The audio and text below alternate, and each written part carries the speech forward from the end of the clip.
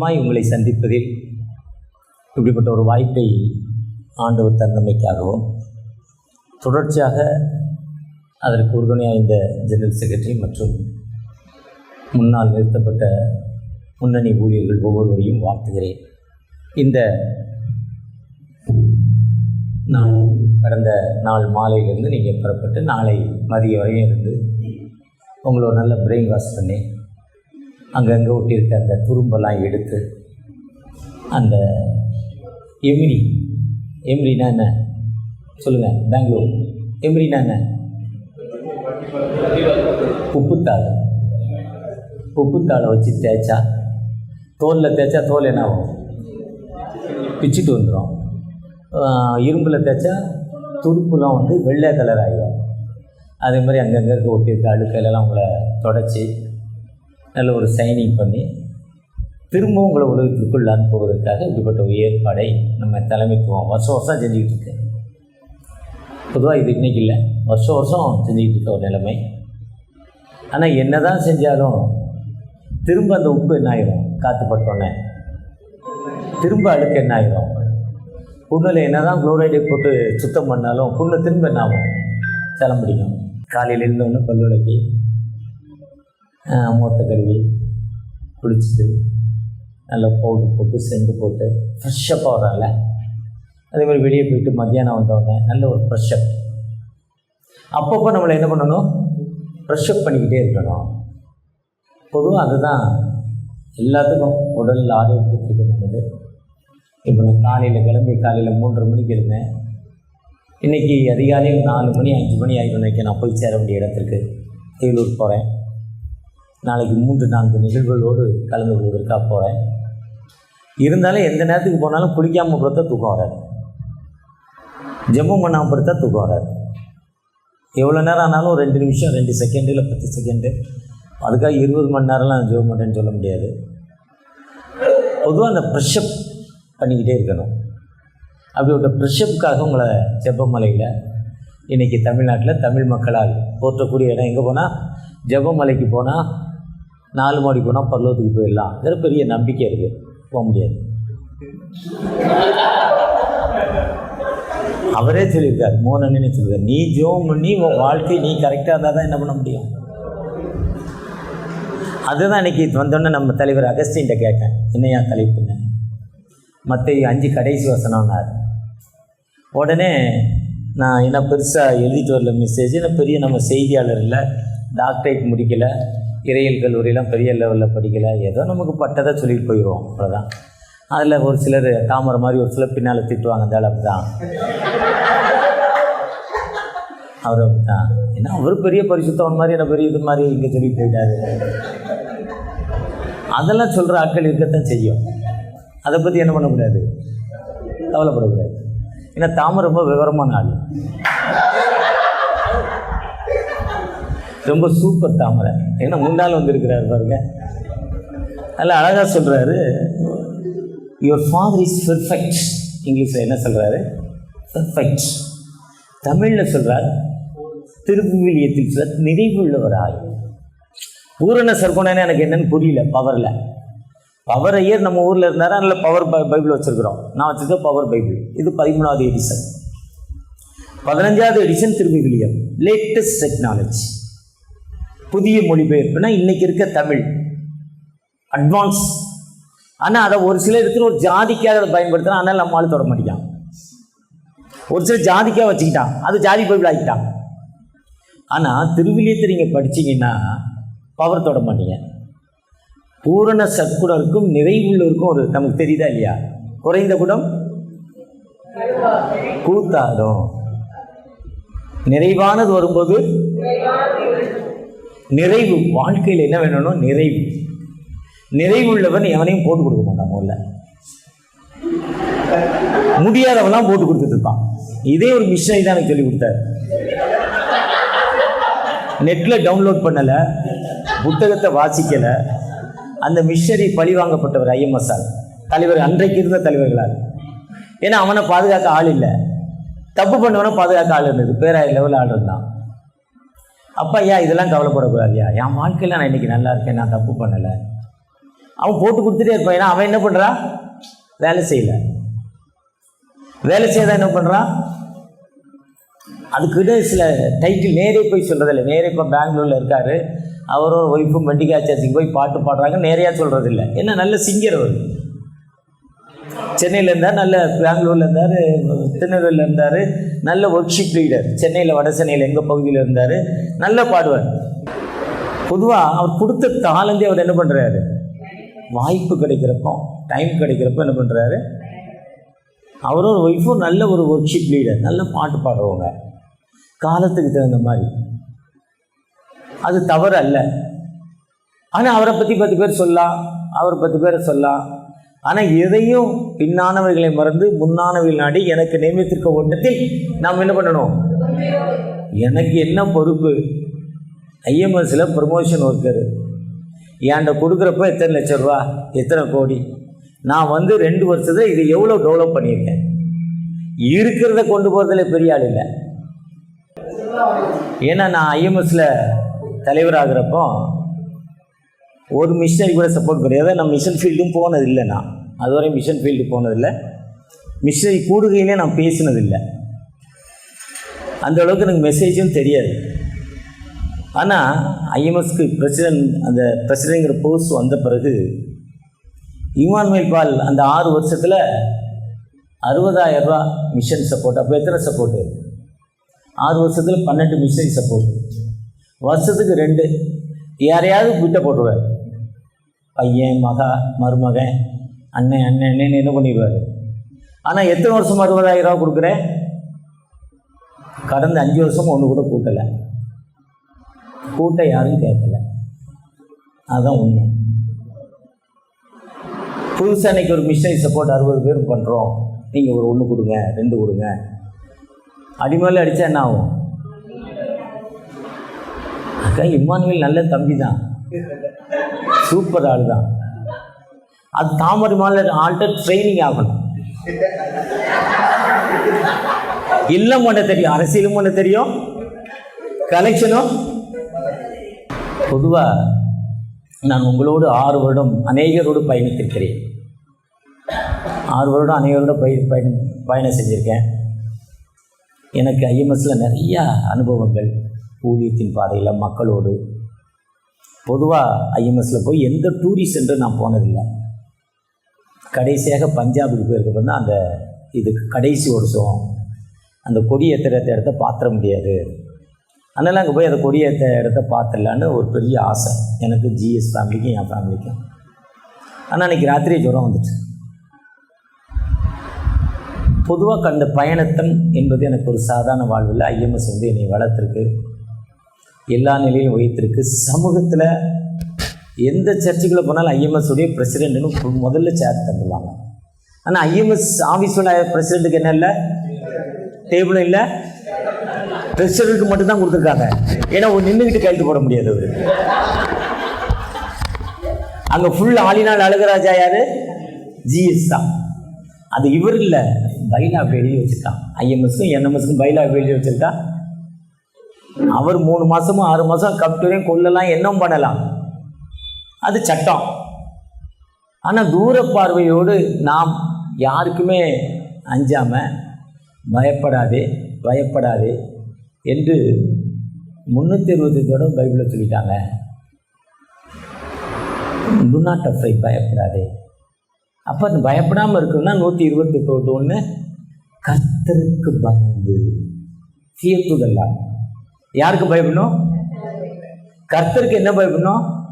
முன்னே சொன்ன மாதிரி எனக்கு நான் இவ்வளோ சம்பளம் வாங்குகிறேன், இந்த வருஷம் எனக்கு இவ்வளோ இன்க்ரிமெண்ட் ஆகிருக்கு, அப்போ என் கலெக்ஷன் எவ்வளவு, நான் இனிமேல் என்ன கலெக்ஷன் பண்ணணும், என்னுடைய டார்கெட் எனக்கு எவ்வளோ சம்பளம் கூடியிருக்கு, அந்த சம்பளத்துக்கு ஏற்ற அச்சீவ்மெண்ட்டை நான் கொடுத்துருக்கிறேன்னா. இப்போ 5% எனக்கு கூட்டினா உங்களுடைய கலெக்ஷன் நீங்கள் 50 விழுக்காடு கூட்டப்பட வேண்டும், 100 விழுக்காடு கூட்டப்பட வேண்டும். ஏன்னா இங்கே இருக்க ப்ரமோஷன் 160 பேர், நம்மகிட்ட மிஷனரிகள் 2000 பேர். 2000 பேர் மிஷனரிக்கு யார் சம்பளம் கொடுக்கணும்? நம்ம தான். நீங்கள் நானும் கலெக்ஷன் பண்ணாமல் என்ன பண்ண முடியாது. அப்போ 160 பேருடைய கலெக்ஷன் 2000 பேருக்கு இன்க்ரிமெண்ட் போகணும்.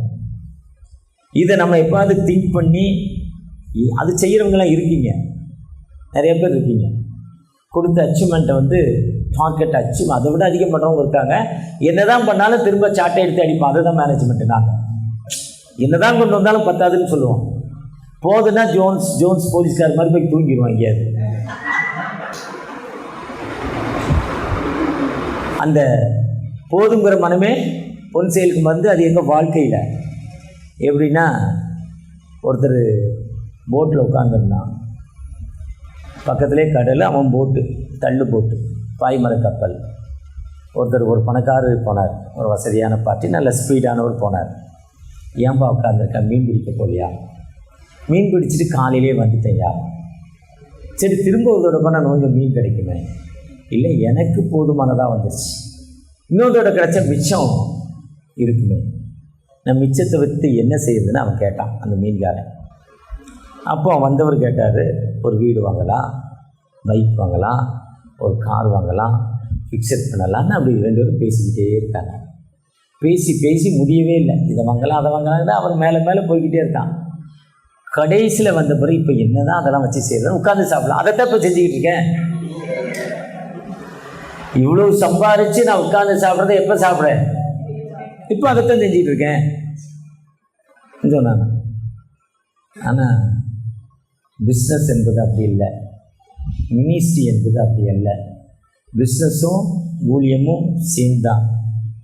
ஒரு மைல்கல் இவ்வளோ வைக்கிறோம், இதை எங்களுக்கு தூர பார்வையாக வைக்கிறோம், அது பக்கத்தில் போகிறப்பவே போதுங்கிற மனம் வந்துட்டு அவன் பிஸ்னஸ் மேன் இல்லை. ஒரு சர்ச்சை ஆரம்பிக்கிறோம், அந்த சர்ச்சு நிறைவுள்ளதாக வர்றப்போ அந்த ஒரு சர்ச்சோடு என்ன கூடாது. ECI ஃபவுண்டர் இஸ்ராயா சதான ஊழியர் பண்ண விலை, ஒரு சர்ச்சு 10 சர்ச்சுன்னாரு, 6க்கு பக்கத்தில் இருக்கப்போ 100ன்னாரு, 70 பக்கத்தில் போகிறப்போ 1000ன்னாரு, அப்புறம் 2000ன்னாரு, 1,00,000 ஆத்மான்னாரு, 1 கோடி ஆத்மான்னாரு. அதனால தான் இறக்குறப்போ ஒரு முதல்வருக்கு என்ன மரியாதையோ அவருக்கு அந்த மரியாதையை அரசாங்கம் கொடுத்துச்சு. இன்றைக்கி IMMல 6000 மிஷினரிகள் இருக்காங்க. ஆனால் நம்ம அளவுக்கு வசதி கிடையாது. நம்மகிட்ட ரிட்டையர்ட் ஆகிறப்போ 50,000 ரூபா சம்பளம், அவங்களுக்கு 7,000 ரூபா தான். இப்போ ரிட்டையர்ட் ஆகின சீனியர் மிஷினரி தாமரை கட்டினா இவ்வளோ சேலரின்னு சொல்லுவார். ரிட்டையர்ட் ஆகலை, சீனியர் தாமரை பாம்பே. நமக்கு வருஷம் என்ன ஆகுது, நம்ம அரசாங்கம் மாதிரி, கவர்மெண்ட்டு மாதிரி. IMS வந்து கவர்மெண்ட்டு ரூல் என்னவோ அதுதான். அப்போ நம்முடைய அச்சீவ்மெண்ட் வந்து ஒரு டார்கெட் வந்து டெவலப் ஆகிக்கிட்டே இருக்கணும். அப்போ தான் நம்ம மினிஸ்ட்ரி வளரும். ஏன்னா ரயில்வே பாலம், ட்ரெயின் இன்ஜின் போகணுன்னா 2 தண்டவாளம் வேணும், இந்த பக்கம் வேணும், இந்த பக்கம் 2 வேணும். இது மிஷன், இது ப்ரொமோஷன். இந்த பணம் வந்தால் தான் இந்த மிஷன் போகும். இந்த மிஷன் ஞானஸ்தானம் GS போயிட்டு வந்து இன்றைக்கி இவ்வளோ பேருக்கு ஞானஸ்தானம், இத்தனை சர்ச்சு டெடிகேஷன், இவ்வளவு புதிய டே கேர் சென்டர், இவ்வளோ ஸ்கூல் ஆரம்பிச்சிருக்கோம், இத்தனை வேன் வாங்கியிருக்கோம், இதெல்லாம் செஞ்சுருக்குன்னு அவர் இந்த பென் டிரைவில் போட்டு அந்த சீனில் காட்டினாதான் அவங்க செயினை அவுக்க முடியும். இல்லைன்னா அவங்க செயினை என்ன பண்ண முடியாது. அப்போ இதுவும் வேணும், இதுவும் வேணும். இதுக்கு வந்து டார்கெட் வந்து நீங்கள் இந்த வருஷத்தில் இவ்வளோ டார்கெட், அந்த டார்கெட்டை இப்போ தாமரை மாதிரி திறமையான ஆள் 7வது மாதத்துலேயே அச்சீவ் பண்ணிடுவாங்க. 5 மாதத்துக்கு முன்னாலே போதுன்னு. அதுக்கப்புறம் எங்கே வரக்கூடாது, வீடு கட்டிட்டேன்னு சொந்த ஊருக்கு வரக்கூடாது. அதுக்கு தான் ரிட்டையர்ட் ஆகிற வரையும் ஊரில் வீடு கட்டக்கூடாது. அது கூப்பிட வேற இல்லை. இல்லையா ஒருத்தர் பரிதாமனையை கேட்குறான், ஒரு ப்ரொமோஷன் வந்து, அண்ணே உங்களை கூப்பிடலையா, தெரியாதா அவங்களுக்கு, GS தான்ப்பா கூப்பிடுவாங்க, நம்மளை கூப்பிட மாட்டாங்கன்ட்டு. அவர் தான் ப்ரொமோஷன் போடணும், இன்க்ரிமெண்ட் போடணும். நம்மளாம் ஒன்று ப்ரொமோஷன் பார்த்தா 50 100 கொடுப்போம், அவ்வளோதான். தெற்கட்சி சுவாமிநாதனுடைய எனக்கு கதை ரொம்ப பிடிக்கும். அவர் சொல்கிறாரு, தாமரை மாதிரி, தாமரை கீழே ஒரு 4-5 பேர், தாமரை தான் குரு நிறைய பேருக்கு. இதே மாதிரி குருவோடு போய்கிட்டு இருக்காங்க. இதே மாதிரி ஒரு பாலைவனமான வனாந்தரமான இடம், ஒரு குடிசை வீடு. அந்த குடிசை வீட்டுக்குள்ளே இவங்க ஜெபம் பண்ணுறதுக்காக உள்ளே போகிறாங்க. உள்ளே போயிட்டு ஜெபம் பண்ணால் அவங்க வீட்டில் ஒன்றுமே இல்லை. 4-5 பிள்ளைகள், வறுமை, சாப்பிட வழி இல்லை, ரொம்ப வறுமைக்கு கீழே பயங்கரமான வறுமை. போனவருக்கு ரொம்ப மோருன்னு வெள்ளைக்கல்லில் ஒரு தண்ணியை கொடுத்துட்டாங்க, நல்ல புளிப்பு. அப்போ அவர் போனவர் கேட்குறாரு, என்ன பண்ணுறீங்க, நாங்கள் என்ன செய்கிறோம், அந்த ஒரு பசுமாடு இருக்குது, இந்த பசுமாடை மேய்க்கிறோம். 5-6 பேர் சேர்ந்து மேய்ச்சி அதில் வர பாலை கறந்து அதை விற்றுட்டு அதில் வர பணத்தில் நாங்களும் சாப்பிட்றோம். மாட்டுக்கும் தீவனம் 1/3 அதுக்கு கொடுக்கணும். 30 ரூபாய்க்கு பால் கொடுத்துருந்துச்சுன்னா 10 ரூபாய்க்கு தீனி கொடுத்தா தான் 30 ரூபாய்க்கு பால் கொடுக்கும். 8 ரூபாய்க்கு தீனி கொடுத்தா 25 ரூபாய்க்கு தான் பால் கொடுக்கும். அது ரொம்ப விவரமான, அதுக்கு மேலே பால் வராது. இன்னும் மாட்டையும் பார்த்துக்குறோம். ரொம்ப வறுமை கோட்டு கீழே. அப்போ அந்த தாமரை உள்ள உட்காந்து ஜெபம் பண்ணுறாரு. இந்த பாஸ்டர் ஜெபம் பண்ணிவிட்டு சரி வர்றோன்னு கிளம்பிட்டார். சகாக்களோடு இவர் ராஜா சிங், அவரை மாதிரி பிஏக்கள் நிறைய பேர் இருப்பாங்க, அவருக்கு அசிஸ்டண்ட்டு, அதே மாதிரி அவங்களோட கிளம்பிட்டு போகிறப்போ தள்ளி போயிட்டு கெயிட்டை தாண்டி போகிறப்போ நம்ம ராஜா சிங் மாதிரி ஒரு ஆளை கூப்பிட்டு போய் அந்த மாட்டை அவுத்து விட்டுட்டு வந்துடுறான்ட்டு. மாட்டை அவுத்து விட்டுட்டு இவங்க போயிட்டாங்க. இவங்க போயிட்டு அந்த இமயமலை எவரெஸ்ட் சிகரம் நம்ம ஃபீல்டெலாம் சுற்றிட்டு திரும்ப ஒரு 5 வருஷம் கழித்து வர்றாங்க. இதே மாதாபுரம் ஜெபமலையை தேடி வராங்க. பார்த்தா அந்த வீடு இருக்கான்னு பார்க்குறாங்க. அந்த வீடு அங்கே இல்லை. வீடு அந்த குடிசை வீடை காணலை. அதுக்கு பக்கத்தில் பெரிய ஒரு பங்களா, பெரிய 4 அடுக்கு பில்டிங், நல்ல வசதியான ஒரு வீடு இருக்குது. அப்போ அந்த பங்களா இருக்குது. அந்த வீட்டுக்காரங்க விற்றுட்டாங்க போலுக்குன்னு நினச்சி தாமரை கூப்பிட்டு நீ தாண்டா மாட்டை அவுத்து விட்ட, அந்த வீடு என்னாச்சும் போய் கேட்டுவாளன்னு அனுப்பிட்டாரு. அங்கே போய் கேட்டால் அந்த வீடு இல்லைங்க, அந்த வீட்டுக்காரங்க நாங்கள் தான். எப்படாண்ணா நாங்கள் வீடு கட்டிட்டேன், எப்படா கட்டினா 5 வருஷத்துக்கு முன்னால் ஒரு பாஸ்ட் வந்தார், மோர் குடித்தார், போகிற வழியில் மாட்டை விட்டுட்டு போயிட்டார். சோறு கிடைக்க வேண்டிய மாறு என்னாச்சு எங்களை விட்டு போயிட்டு, இப்போ வழி இல்லை. 5 பேரும் கூலி வேலைக்கு போனோம், ஒழுங்காக வேலைக்கு போனோம். ஒழுங்காக வேலைக்கு போனதால் இன்றைக்கி நாங்கள் வாழ்க்கையில் முன்னேறி சொந்த வீடு கட்டி வசதியாக வாழ்ந்துக்கிட்டு இருக்கோங்க. இதுதான் வாழ்க்கை. வாழ்க்கை என்பது நீதிமொழிகள் 18:9 தன் வேலையில் அசதியாக இருப்பவன் நீதிமொழிகள் 6:6 எறும்பை போய் பாரு, அது சோம்பேறித்தனமாக இருக்காது. சாரசாரையாக ஒன்றன் பின் ஒன்றாக போய்கிட்டே இருக்கும். அதுக்கு பிரச்சனை வரப்போ, வெள்ளம் வரப்போ, தண்ணி வரப்போ ஒன்றோடு ஒன்று சேர்ந்து அது அந்த வெள்ளம் வரப்போ ஒன்றுக்குள்ளே இருக்கும் ஒன்று அந்த ஒரு விதமான அந்த தைலம் வெளியாகுமா, ஒன்றோடு ஒன்று ஒட்டி கொள்ளுமா, அந்த வெள்ளம் அதை அடிச்சுட்டு போக முடியலாம். மழைக்காலம் வரும்னா அந்த காலங்கள் வரும்னா கரெக்டாக போய் அது என்ன ஆகும், சேர்த்துரும். அந்த வேலையில் அசதியாக இருப்பவன் அழிமனுக்கு அந்த எறும்பை பாரு, சோம்பேறி அறுப்பிலே போய் பிச்சை கேட்டால் அவனுக்கு என்ன கிடைக்காது, சோம்பேறி காலை கட்டிக்கிட்டு படுத்துக்கிட்டு இருக்கா அவனுக்கு வேலை நடக்காது. நீதிமொழிகள் 18:9 தன் வேலையில் அசதியாக இருப்பவன் அழிமனுக்கு தன் வேலையில் யார் ஜாக்கிரதையாக இருப்பவனோ அவனை உயர்த்தும் ஆண்டவர். ஒருவேளை நீங்கள் நம்பியிருக்கிற ஐஎம்எஸ் எங்களை உயர்த்தலன்னு கவலைப்படாதீங்க. உங்களை அழைத்தவர் ஆண்டவர், அவர் உண்மையுள்ளவராக இருக்கிறார். உண்மையுள்ள மனிதன் பரிபூர்ண ஆசீர்வாதங்களை பெறுவார். உங்களை நம்பி 2000 மிஷனரிகளை நம்பி 20 லட்சம் ஆத்துமாக்கள், 2 கோடி ஆத்துமாக்கள். அந்த 2 கோடி ஆத்துமாக்கள் நம்மளை நம்பி இருக்கு. நம்மகிட்ட கொடுத்த பொறுப்பு நீங்கள் நானும் இல்லைன்னா அவங்களுக்கு என்ன ஆகாது. அன்னைக்கு நான் சாரா டக்கர் செக்ரட்டரியாக 4-5 வருஷம் இருந்தேன். ஜான் டக்கர்ஸ், சாரா டக்கருடைய அண்ணன் ஜான் டக்கர்ஸ், சென்னையில் பிராட்வே ரோட்டில் பெரிய சர்ச்சை 200 ஆண்டுகள் கொண்டாடி இப்போ 210வது ஆண்டு போய்கிட்டு இருக்கு. என்னுடைய நெருங்கிய நண்பர், ரொம்ப க்ளோஸ் ஃப்ரெண்டு தான் அங்கே ஐயர், எப்போனாலும் போகலாம். ஈகிள் பிரஸுடைய ஓனர், அந்த சர்ச் மெம்பர், பெரிய பெரிய ஆட்கள். அவர் இந்த பகுதிக்கு சுற்றி பார்த்தார். சுற்றி பார்த்துட்டு வந்து நமக்கு வாட்ஸ்அப்பில் அந்த செய்தி எல்லாரும் பார்த்துருப்பீங்க. அந்த இங்கிலாண்டில் அந்த புல்பிட்டில் நின்று பெண்களுக்கு கல்வி இல்லை, பெண்களுக்கு வழி இல்லை, பெண்களுக்கு ஒன்றுமே இல்லைன்னு சொல்கிறப்போ 2 காலும் முதமான ஒரு சகோதரி அந்த ப்ரொமோஷன் ஒர்க்கு பண்ணி அந்த ப்ரொமோஷன் ஒர்க்கு மூலம் அனுப்பப்பட்ட பணத்தில் தான் இன்றைக்கி 150-200 ஏக்கர், கிட்டத்தட்ட சாரா டக்கர் காலேஜுக்கு 50 ஏக்கர், சாரா டக்கர் ஸ்கூலுக்கு ஏக்கர். அந்த தரிசனம் அந்த புல்பிட்டில் சொன்னதால் அந்த அம்மாவுடைய 2 கால்களும் முதமான ஒரு சகோதரி தன் வாழ்க்கையை அர்ப்பணித்து, அந்த அம்மா அங்கே வரல, அங்கே இருக்க மக்களை பார்த்து பேசி தன்னுடைய அங்கேருந்து வந்து ஒரு ஊழியர் சொன்னதால தான் அந்த ஊழியத்தை நிறைவேற்ற முடிஞ்சது. ஒருவேளை அந்த ஊழியம் என்பது ஒரு சாதாரண ஊழியம் இல்லை. அதே ஊழியத்தை வில்லியம் கேரி சொல்கிறப்போ, சாதாரண நான் படிக்கலப்பா, எனக்கு ரொம்ப திறமை இல்லை, என்னையால் முடியாது, நீங்கள் சொல்லவே முடியாது. ஆண்டவர் சொல்கிறாரு, வில்லியம் கேரி ஒரு செருப்பு தைக்கிறவருங்க. ஆண்டோடைய ஊழியத்தை செய்வதற்கு அழைத்த பொழுது வந்த பொழுது இப்போ 20 ஆண்டுகளில் கிட்டத்தட்ட 14 ஆண்டுகள் சொல்கிறாங்க, 20 ஆண்டுகள் சொல்கிறாங்க. 20 மொழிகளில் புதிய ஃபுல் பைபிள், 40 மொழிகளில் புதிய ஏற்பாடை இந்தியா முழுவதும் டிரான்ஸ்லேஷன் பண்ணுவதற்கு ஊற்றும் உறைவிடமும் அவர் தாங்க. சீகன் பாலுக்கு அப்புறம் வந்து அவர் அவ்வளோ பெரிய சாதனை பண்ணார்னா, அவ்வளோ பெரிய யூனிவர்சிட்டி கல்கட்டாவில் சிராம்பூர் யூனிவர்சிட்டி இன்னைக்கு பிடி படிப்பதற்கு பெரிய யூனிவர்சிட்டி சிராம்பூர் யூனிவர்சிட்டி இன்னைக்கு இருக்குன்னா தன்னுடைய அர்ப்பணிப்பு ஒன்று இல்லை. பெரிய படிப்பாளி இல்லைங்க, சாதாரண ஒரு செருப்பை தைக்கிற தொழிலாளி தாங்க. இந்த அளவுக்கு ஆண்டவர் அவரோடு இருந்ததெல்லாம் இவ்வளவு பெரிதான ஒரு முயற்சி ஆண்டவர் தந்திருக்கிறார். அந்த ஆண்டவர் தாங்க நம்மோடு கடந்து வந்திருக்கிறார். அந்த ஆண்டவர்கிட்ட தான் மோசேட்ட சொல்றப்போ, உனக்கு வாயை உருவாக்குறது நான் தானப்பா, நீ ஏன் கவலைப்படுற, நீ போ, நான் உன்னோடு இருக்கிறேன், ஐ எம் வித் யூ சொன்னாரு.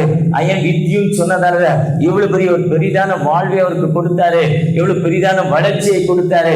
அந்த வளர்ச்சி இன்னைக்கு நமக்கெல்லாம் ஊற்றோடையும் தென்னிந்தியாவின் அப்போஸ்தலன் சொல்லப்படுகிற ராணி செயர்வால் 175 ஆண்டு 14 ஆண்டுகளில் களக்காலில் தோனாவூர்ல சிஎஸ்சி சர்ச்சு முன்னால கல்வெட்டு வச்சிருக்கு. நிறைய பேர் பார்த்துருப்பீங்க. 328 திருச்சபைகள், 125 சமுதாய கூடங்கள், 14 ஆண்டுகளில் ஃப்ரம் ஜெர்மன் லுத்ரன் மிஷன். நம்ம ஆளுங்க ஆங்கிலிக்கன் மிஷன், இங்கிலாந்து மிஷன். லுத்ரனுக்கும் இவங்களுக்கும் என்ன டிஃப்ரெண்ட்னா, கன்ஃபர்மேஷன்னா நம்ம பிஷப் தலையில் கை வைக்கணும். அங்கே கன்ஃபர்மேஷன்னா லுத்ரனில் ஐயர் கை வச்சா போதும். பெரிய டிஃப்ரெண்ட் இது ஒன்றும் இல்லை. ஒரு பிஷப் எல்லா இடத்துக்கும் வர முடியாதுங்கிறதுக்கு அந்த லோக்கல் ஐயருக்கு அந்த எஃபெக்ட் கொடுத்துட்றாங்க அவங்க. இதை அவர் காரணம் காட்டி கேட்டார், அடித்து விரட்டினாங்க. ஆனால் தன் வாழ்க்கையில் இவ்வளோ பெரிய சாதனை பண்ணாருங்க.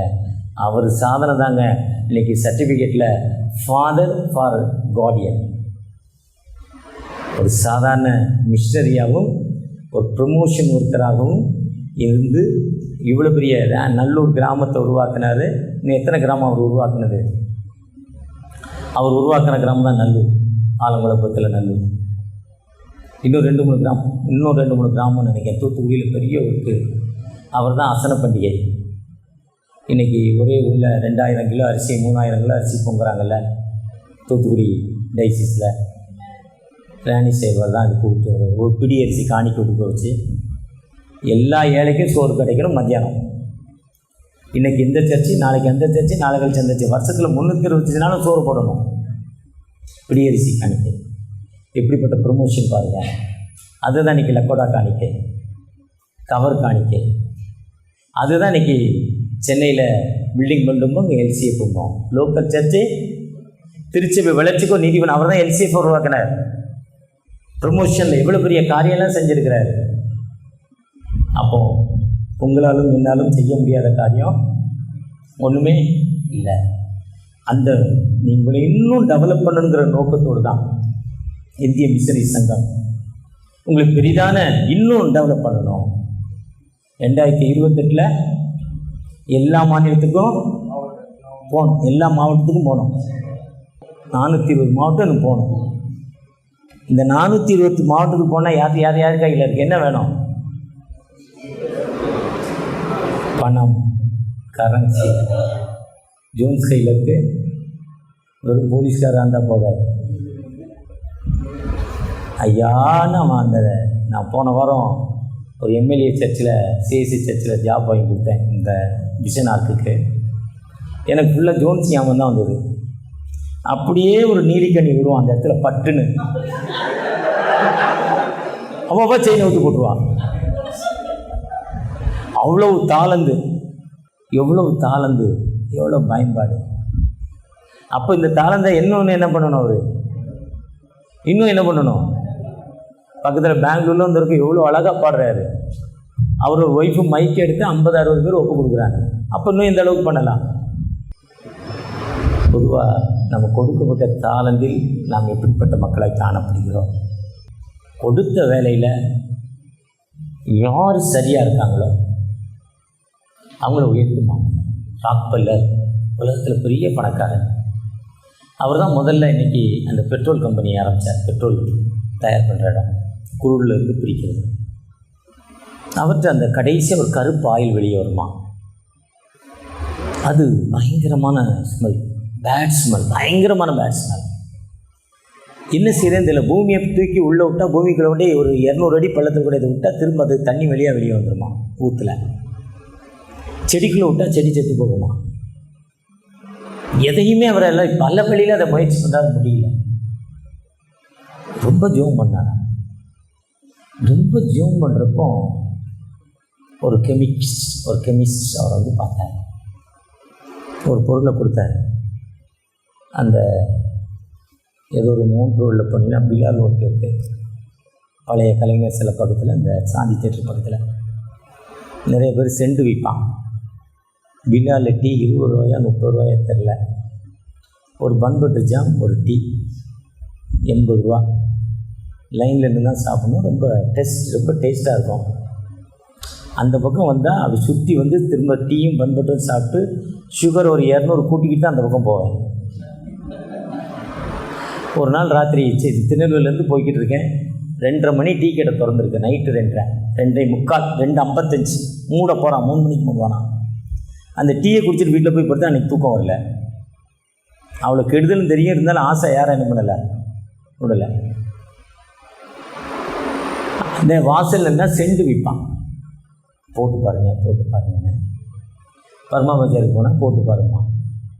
அதே மாதிரி இந்த மனுஷன் கொண்டாந்து செண்டை பாடுறான்னு கொடுத்தான். செண்டை பாருன்னு கொடுத்தா அந்த செண்டை பார்த்தா அவ்வளோ வாசனை. What is this? என்னதுன்னு இந்த ராக்கள் கேட்குறேன். ஸோ ஒன்றும் அவசரப்படாதீங்க, பாருங்கள், நல்லா இருக்கா. நீங்கள் வேண்டான்னு சொன்னீங்களே கருப்பாயி, உங்களால் யூஸ் பண்ண அதிலேருந்து வந்தது தான். ஒன்றும் இல்லாத ஒரு இதுக்கு அவர் வச்சப்போ உலகத்தில் பெரிய பணக்காரனாக போச்சான். பெரிய பணக்காரனான பிறகு ஒரு நாள் ஃப்ளைட்டில் பறந்துட்டு இருந்தான். ஃப்ளைட் அப்போ ஒரு வாலிபன் பக்கத்தில் இருக்கான். அவர் வயது 85.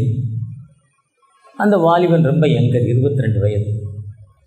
அவரை பார்த்துட்டு நீங்கள் தான் யுவர் ஏ ராக்வெல்லுங்கிறான், your a big shot in வேர்ல்டுங்கிறான். அமெரிக்காலே பெரிய பணக்காரன். இவ்வளோலாம் பணக்காராகி இவ்வளோ பணம் வச்சுருக்கலாம், ஏன் நீ ஃப்ளைட்டில் பறக்கிற? வீட்டில் உட்காந்து சாப்பிட வேண்டியதானே யான்? அந்த பையன், தம்பி இந்த வெங்மானம் டேக்கப் ஆகி மேலே வந்து இருக்கிறதுலே 16,000 அடி உயரத்தில் போய்கிட்டு இருக்கு. 1 மணி நேரத்துக்கு 1200 கிலோமீட்டர். கான்கார்டுங்கிற ஒரு ஃப்ளைட்டு 1200 கிலோமீட்டர் ஸ்பீடில் போகும். இப்போ உயரமாக வந்துட்டோன்னு இந்த இன்ஜின் ஆஃப் ஆனால் என்ன ஆகும்னு கேட்டாரா? வாய முடியா கல்வியானா? இதுதான் வாழ்க்கை என்பது அச்சீவ்மெண்ட். எனக்கு போதும் என்ன பண்ணக்கூடாது, ஃபிக்ஸ் பண்ணக்கூடாது. அச்சீவ்மெண்ட் போதும் நம்ம என்னைக்கு ஃபிக்ஸ் பண்ணுறோமோ. எனக்கு டிஎஸ் பொடிக்காருன்னு சொல்லுவாங்க, பொடிக்காருன்னு வாங்க, பொடிக்காசு வச்சு நம்மளை ஆட நிறைய பேர் சொல்லுவான். அதெல்லாம் ஒன்றும் பிரச்சனை இல்லை.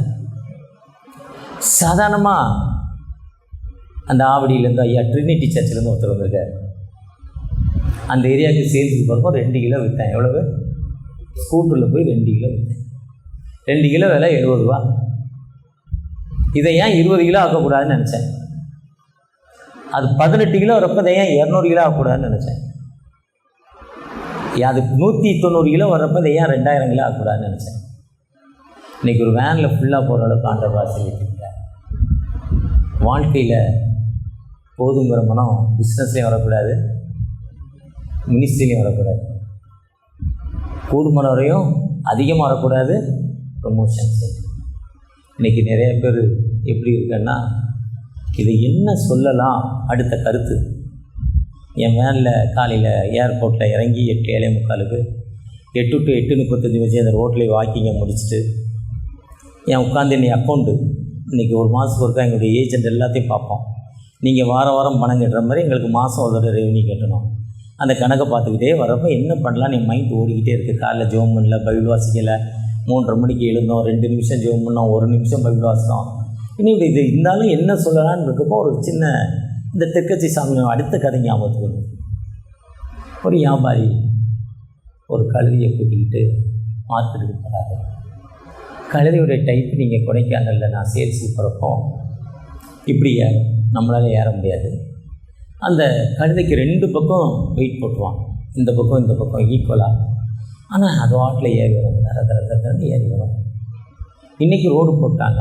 அந்த காலங்களில் நான் சொல்வது ஒரு 30 ஆண்டுகளுக்கு முன்னால் நான் வால்பாறைக்கு சேல்ஸ் போகிறப்போ அந்த 5 கிலோமீட்டர் 6 கிலோமீட்டர் நடந்தெல்லாம் போய் 5 கிலோமீட்டர் நடக்க ஒரு 2 மணி நேரம் ஆகும், 2-3 மணி நேரம் ஆகும்.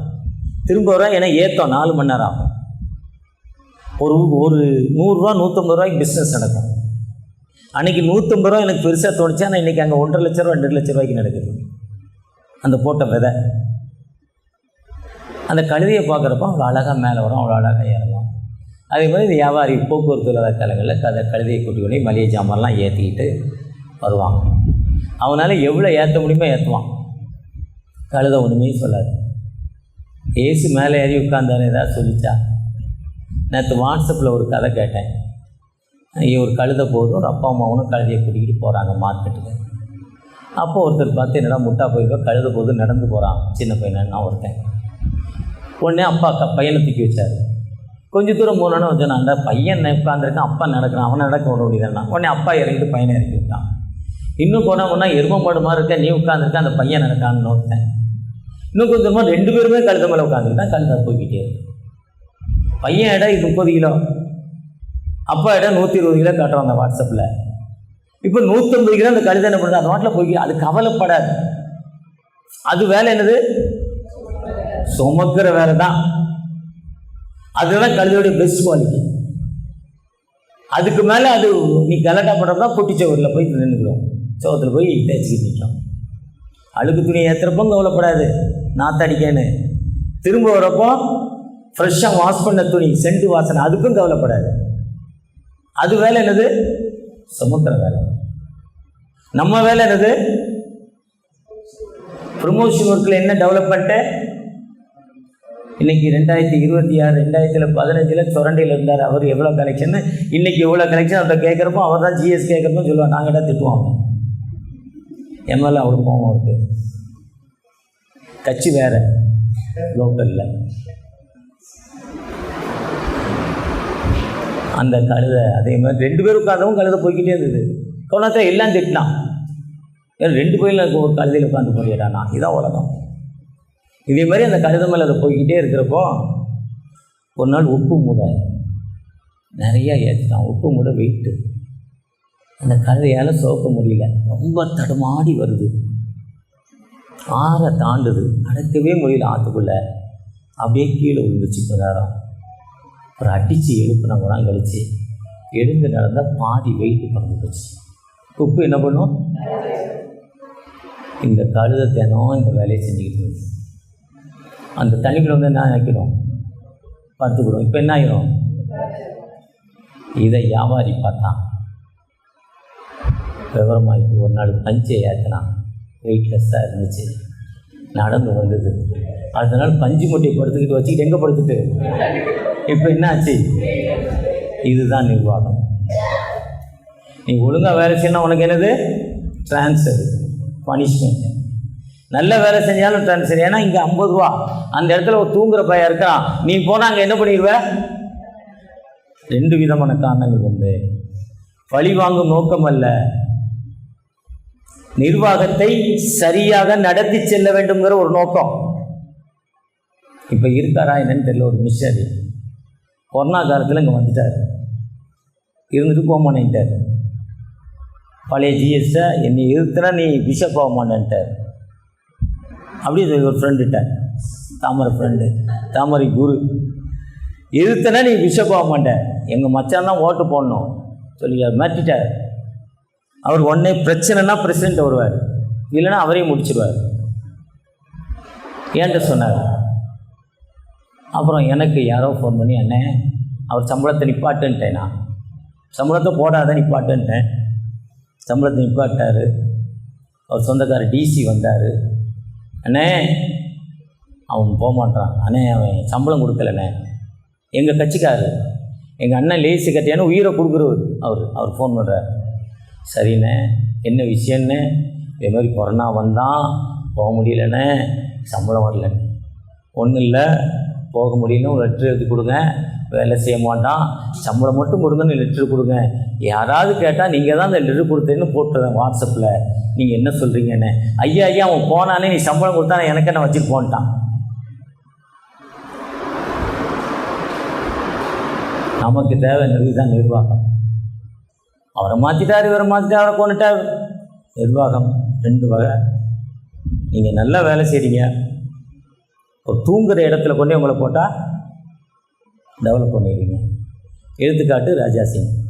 சென்னையை விட்டு கிளம்பன்ட்டு சென்னை ராஜா சிங் இல்லைனா என்ன இல்லை, சென்னை இல்லை. பிரியா பொன்னையா விடலை, இவர் தான் குரு. ஆனால் தைரியமாக வேலூர் கற்பனா 3 மடங்கு ஆயிடுச்சா இல்லையா?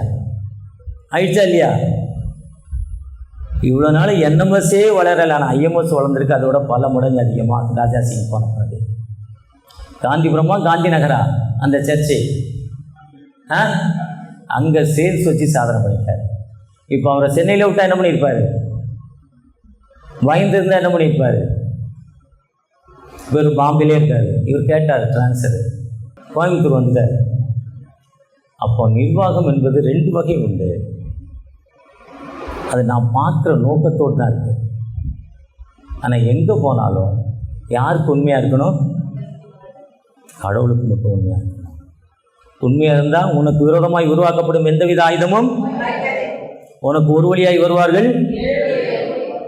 உன்னை தொடுகிறவன் உங்களை யாரும் என்ன பண்ண முடியாது? ஜிஎஸ்ஆலும் தொடாது, பிஷப்பாலையும் தொட முடியாது. யார் கூட இருக்கா? அவங்க கூட கடவுளுக்காக. யாருக்கு? அவருடைய வேலைக்காரர். யாருடைய வேலைக்காரர்? ஜிஎஸ்ஓ டிஎஸ்ஓ பிஷப்போ யாரும் சம்பளம் தரல.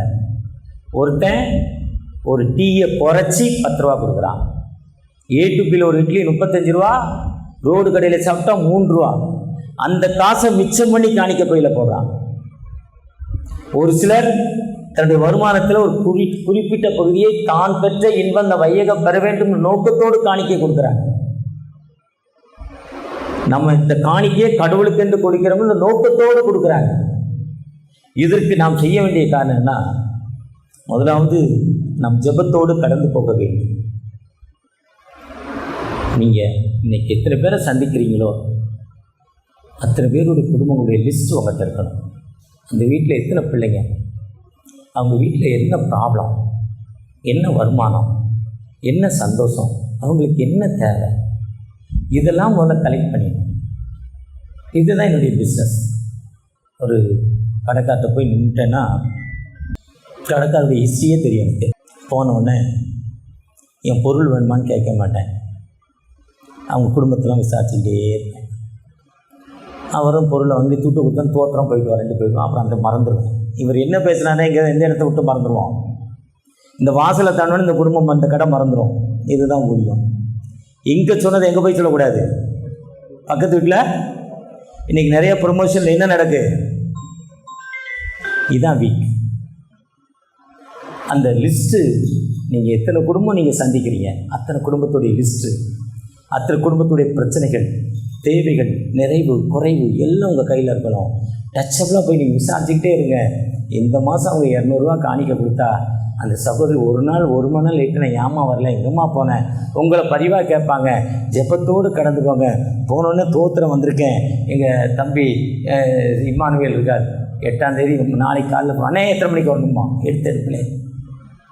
அது நான் அப்படி தான் கேட்க சொல்லியிருக்கேன். அவரை என் கதை வேற தம்பின்னு இருக்கேன். எப்போ வரணும்? காணிக்க வாங்கம்மா. இது எல்லாத்துலேயும் என்ன பண்ணக்கூடாது, இது இந்த டைட்டிலே இருக்கக்கூடாது. நீங்கள் ஒண்டியல் கலெக்ஷன் போனாலும் சரி, நீங்கள் மாதாந்திர மிஷன் சப்போர்ட் வாங்கினாலும் சரி, சைல்டு சப்போர்ட்டுக்கு போனாலும் சரி, எந்த சப்போர்ட்டுக்கு போனாலும் அவங்க கொடுக்காங்க கொடுக்கல, நீங்கள் ஜெபிங்க, உங்களுக்கு ஹீலிங் இருக்குது. கண்ணீரோடு நீங்கள் என்ன பண்ணுறீங்க, அந்த வீட்டுக்கு ஜெபிச்சுட்டு வராங்க. ஒரு பாஸ்டர் சொல்கிறாரு, இன்னொரு பாஸ்டர் போய்க்கிறார், உங்களுடைய திருச்சபை ஏன் வளர்ந்துக்கிட்டே இருக்குது, ஏன் திருச்சபை ஏன் வளரலைன்னு கேட்குறாரு ஒரு பாஸ்டர் ஒருத்தட்ட. அப்போ அவர் சொல்கிறாரு, வளர்ச்சி என்பது அந்த மக்களுக்கு நம்ம என்ன கொடுக்கணும், அந்த மக்களுடைய தேவைகள் என்ன, அந்த மக்களுடைய பிரச்சனைகள் என்ன. நீங்கள் ஒரு ப்ரொமோஷன் ஒர்க்கராக கலெக்டராக அந்த வீட்டுக்கு போகல, ஐஎம்எஸ் மிஷனரியாக போகிறீங்க. ஐஎம்எஸ்க்காக நீங்கள் ஜெபிக்கிற மக்களாக, ஐஎம்எஸ்க்காக கொடுக்குற மக்களுக்கு அவங்க வீட்டில் போய் ஜெபம் பண்ணுறீங்க. மிஷனரிகள் அவங்க அங்கிருந்தா ஜெபம் பண்றாங்க. ஆனா நீங்க லைவ் டைரக்டா பக்கத்துல உட்காந்து ஜெபம் பண்ணிட்டு இருக்கீங்க. அவங்களுடைய பிரச்சனைகள் எல்லாம் தெரியும். அவங்க சிஸ்டருக்கு இந்த வியாதி, அண்ணனுக்கு இது தேவை, மகனுக்கு பொண்ணு கிடைக்கல, மகன் டாக்டருக்கு படிச்சிருக்கான், ஃபீஸ் கட்ட முடியல, இத்தனை பிரச்சனைகள் உங்களுக்கு தெரியும். இந்த மத்தியில நமக்கு காணிக்க ஆஃபரிங் தரணும்னா அவங்க பிரச்சனைகளுக்காக நீங்க ஜெபிக்கிற மக்கள் கண்ணீரோடு லிஸ்ட் அவுட் பண்ணி அவங்க பிரச்சனைகளை நீங்க ஒரு லிஸ்ட் அவுட் பண்ணி ஜெபம் பண்ணி பாருங்க. அடுத்த வருஷம் இதே மே மாதம் இந்த கூடுகையிலிருந்து ஒரே மாதத்தில் பாருங்கள் உங்களுடைய டெவலப்மெண்ட் வந்து ரொம்ப அதிகமாக இருக்கும், ரொம்ப டூ மச்சாக இருக்கும், உங்களுடைய ப்ரொமோஷன் ரொம்ப நல்லா இருக்கும். எந்த இடத்துல போனாலும் வேலை செய்யணும் ஒரு கைத்து போட்டு கொடுத்து வந்திருக்கோம். இந்த இடங்கிறது என்னதில்லை முக்கியம் இல்லை. எந்த இடத்துக்கு அனுப்புனாலும் அந்த இடத்துக்கு போகிறேன், அது ஆண்டோடைய பணி. ஆனால் அந்த பணியை நம்ம சரியாக செய்யிருக்கோம், நிச்சயமாக நம்ம தேவைகள் சந்திக்கப்படும். ஒருவேளை அந்த கழுதை மாதிரி உப்பு தானே தனிக்குள்ள படுத்து நடந்தது என்ன நடந்துச்சு, கொஞ்ச நாள் கழிச்சு 3 மடங்கு வெயிட் கூடி போச்சு. வாழ்க்கையில் அப்படிப்பட்ட வெயிட் இருக்கக்கூடாது, கடவுள் கொடுத்துருவார். ஏன்னா ஆண்டவருக்கு விரோதமாக போகிறோம் ஒருத்தருமே படுக்க முடியாது. சிம்சோன் அவுட் இல்லை, இதான் முடிஞ்சுதா? கிதியோன்ட்ட சொல்லும்போது உனக்கு இருக்கிற பலத்தோடே சொன்னார்ல, நடந்ததா இல்லையா? நம்ம இப்படிப்பட்ட மக்களாய் காணப்படுகிறோம். பவுலடிகள், பேதுருடிகள், எத்தனை அந்த 2 கொரிந்தியர் 11 சொல்கிற எத்தனை வேதனை, எவ்வளோ கண்ணீர். 1 கொரிந்தியர் 39 அடிகள் 3 முறை மிலாரினால் கட்டப்பட்டேன், இரவு பகலும் தண்ணீரில் இருந்தேன். அதே தண்ணீரில் இரவு பகலும் தான் 3 நாள் கழிச்சு இன்னைக்கு அந்த 17G 15G அந்த ஃப்ளைட்லேருந்து ஒரு பைலட்டை தூக்கிட்டு போனாங்க பாருங்க, தப்பிச்சு கிடைச்சது பாருங்க. நான் பைபிள் ஏதோ கதை தான் சொன்னாங்கன்னு பார்த்தேன். இன்னைக்கும் வாழ்க்கையில் வாழ்வு கொடுக்கும் ஆண்டவர், அந்த உயிருள்ள ஆண்டவர் நம்மோடு கடந்து வந்திருக்கிறார். அந்த உயிருள்ள ஆண்டவர்கிட்ட நீங்கள் நானும் உண்மையா இருக்கிறப்போ ஆண்டவர் எல்லா நிலையிலும் உயர்த்தும் ஆண்டவர். ஒரு நாள் விட 6 வருஷம் டிடிஏ டிஎஸ் டேனியல் ராஜமால் எஜுகேஷனல் கல்லூரியில் 6 வருஷம் செக்ரட்டரி. அது முடிய போகிற நேரத்தில் ஐஎம்எஸ் முடிய போகிற நேரத்தில் சாரா டக்கர் முடிய போகிற நேரத்தில் என்எம்எஸில் சென்னை பிஷப், வேலூர் பிஷப், அன்றைக்கி இருக்கிற ஜிஎஸ் 3 பேரும் சேர்ந்து அதில் இருக்க ட்ரெஷர் ஊருக்கு போயிடுறாரு. அண்ணன் நீங்கள் தான் இருக்கணும், என்னை கூப்பிட்டு போகிறாங்க, எனக்கு கையெழுத்து போடவே தெரியாதுன்னு சொன்னேன், நான்ப்பா வரலன்னு. ஆனால் அதிரும் காலத்தில் நேர்த்தியாக செய்ய மாட்டோம். இன்னும் 1 வருஷத்தில் நம்ம செய்ய போகுது. ஏதோ நியமத்திற்கு ஆண்டவர் நம்ம வைத்திருப்பார். இல்லை போதுன்னா 67 வயசு தோற்றுற ஆண்டவர்னு வீட்டில் இருக்க வேண்டியதான், ரிட்டைர்மெண்ட்டு தானே. ஆனால் அப்படிப்பட்ட அர்ப்பணிப்போடு நீங்கள் கடந்து போகிறப்போ உங்களுடைய பிள்ளைகள் பாதுகாக்கப்படும், உங்களுடைய குடும்பங்கள் பாதுகாக்கப்படும். கடவுளுக்கு மட்டும் உண்மையாக இருங்க. கொடுக்கப்பட்ட வேலையை சரியாக செய்யுங்க. கொடுக்கப்பட்ட வேலையில் இன்றைக்கி டார்கெட் என்ன, இன்றைக்கி விலைவாசி என்ன, நாளையோட விலைவாசி என்ன, நமக்கு இந்த வருஷம் எவ்வளோ இன்க்ரிமெண்ட் கூடியிருக்கு, போன வருஷம் வாங்கின சம்பளம் எவ்வளவு, இப்போ இன்க்ரிமெண்ட் இந்த வருஷம் எவ்வளோ கூடியிருக்கு, இன்னும் எவ்வளோ கூடணும். அப்போ நமக்கு நான் மட்டும் சம்பாதிச்சா போதாது. உங்களை நம்பி 2000 மிஷனரிகள் இருக்காங்க. மிஷனரிகள் மட்டும் எவ்வளவோ மக்கள் பணி செய்கிறாங்க. இந்த மக்களோட எவ்வளோ ஏழை பிள்ளைகள் இருக்காங்க. எல்லாம் நம்ம ப்ரொமோஷன் ஒர்க்கை வச்சு தான் அவங்களுக்கு யார் வாய்ப்பு. அப்போ நம்ம எத்தனை மடங்கு கூட்டணும். அப்படிப்பட்ட தூர பார்வையோடு ஒருவேளை 160 பேர் இருக்காங்க. நான் சொல்வது 3 பேர் 4 பேருக்கு தான் நல்லா தோணும்.